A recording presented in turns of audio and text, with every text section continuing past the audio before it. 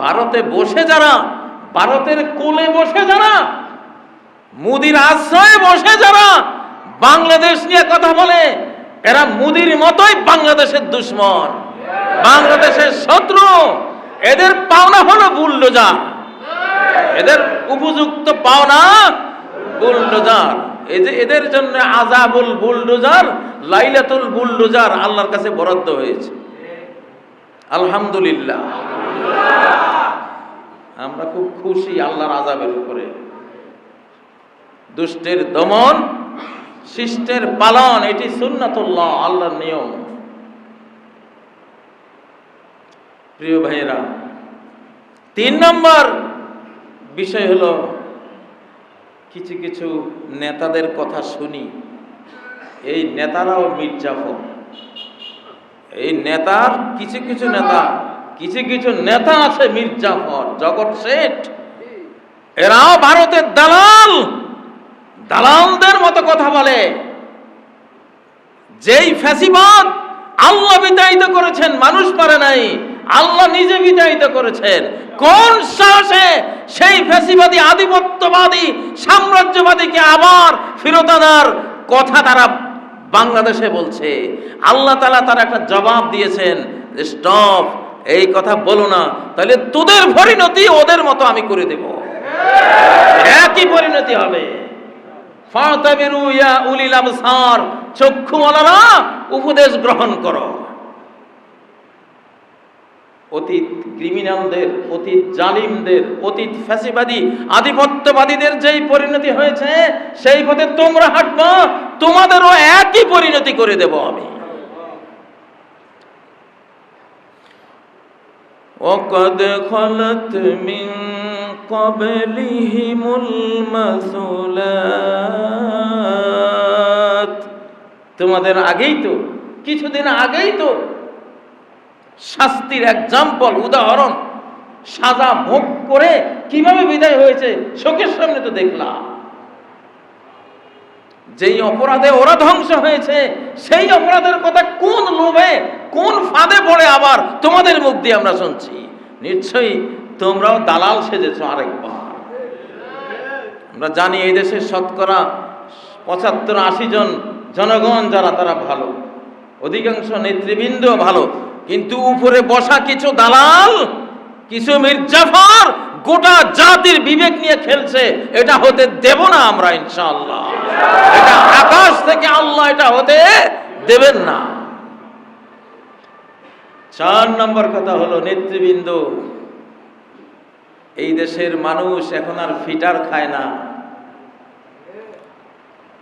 ঠকতে ঠকতে এখন এই দেশের মানুষ সবাই বুদ্ধিজীবী। নেতাদের কথা আর তারা শুনবে না। নেতাই বললে যে শুনবে, ঝাঁপ দেবে নেতৃবৃন্দ, সেই যুগ এখন বিদায় হয়ে গেছে। নেতা নেত্রীরা আপনারা বললেই এই দেশের জনগণ ঝাঁপ দেবে আপনাদের পেছনে, সেই সময় আর নাই। ঝাঁপ দেবে না, ঝাঁপ দেবে না, তার কথায় ঝাঁপ দেবে যার কথা তারা দেখবে নিখাদ সত্য, নিখুঁত আল্লাহ প্রেম, নিখুঁত দেশপ্রেম, নিখুঁত বাংলাদেশের প্রেম যার ভিতরে আছে, তাদের কথাই জনগণ ঝাঁপ দেবে ইনশাআল্লাহ।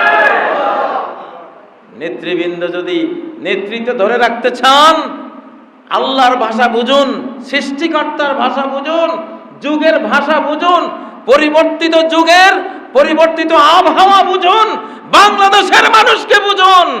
কোন ভারতীয় দালাল, ভারতের বন্ধু এই বাংলাদেশে অ্যাকসেপ্টেবল আর হবে না। সেই যুগ খতম, সেই যুগ শেষ। এখন আল্লাহ বন্ধুদের যুগ এই দেশ। যারা বাংলাদেশ বন্ধু, বাংলাদেশের বন্ধু, তাদের যুগ এখন ইনশাআল্লাহ।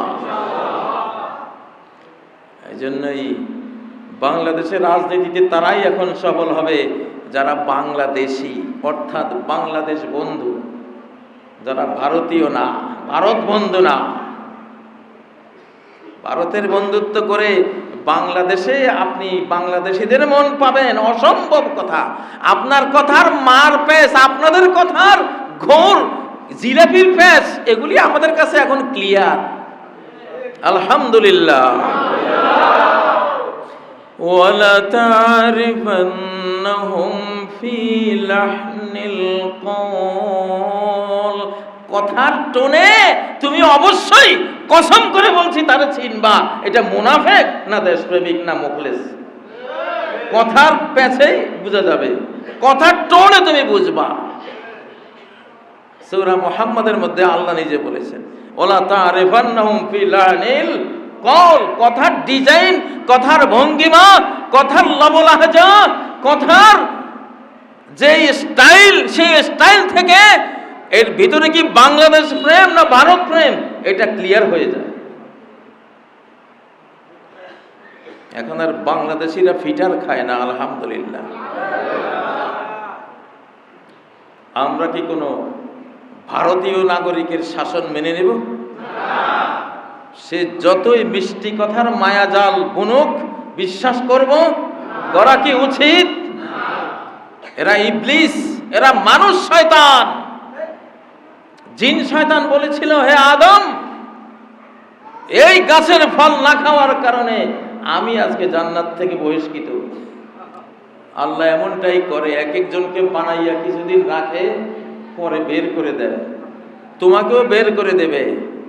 তুমি যদি চিরস্থায়ী জান্নাতি হতে চাও, তাহলে আমি যেটা বলছি এই গাছের ফলটা একটু খাও, এটা বৃক্ষ চিরন্তনী, চিরকাল জান্নাতি হয়ে যাবে। কি মিষ্টি কথা, কি মায়াজাল বিস্তার করলো। হযরত হাওয়া আলাইহিস সালাম ইবলিসের এই মিষ্টি কথায় ভুলে গেলেন। স্বামীকে বললেন, খাও না, এত সুন্দর কথা বলে। সে যে কত বড় ফ্রড, কত বড় ফেক, কত বড় ধোঁকাবাজ, প্রতারক, এটা তো হাওয়ায় বুঝে নেই। সে কসম করে বলছে, ইন্নী লাকুমা লামিনান নাসিহিন, আল্লাহর কসম করে বলছি শুধু তোমাদের ভালোই চাই, তোমরা জান্নাতে থাকো, আমি গেছি, আমার ভাগ্যে যা হওয়ার হয়েছে সেটা নিয়ে আমার আর এখন দুঃখ করে লাভ কি? তোমরাও যাতে ওরকম না হও, জান্নাত থেকে বহিষ্কৃত না হও, তোমাদের নিয়ে আমার যত টেনশন, যত ডিপ্রেশন, যত চিন্তা, অন্তত তোমরা বেঁচে যাও। মানে আল্লাহকে বানাইছে শত্রু, আর সে হয়েছে এখন বন্ধু। هل أدلك على شجرة الخلد وملك لا يبلى, এমন একটা গাছ যে এই গাছের ফল যে খাইছে চিরস্থায়ী জান্নাতি হয়ে গেছে। وملك لا يبلى, এমন রাজত্ব যে রাজত্বের কোনো ক্ষয় নাই, লয় নাই, পতন নাই, এমন রাজত্ব পেয়ে যাবে এই গাছের ফল খেলে। অথচ খাওয়ার সাথে সাথে উলঙ্গ স্বামী স্ত্রী দুইজন বিবস্ত্র হয়ে বেইজ্জত হয়ে জান্নাত থেকে বহিষ্কার।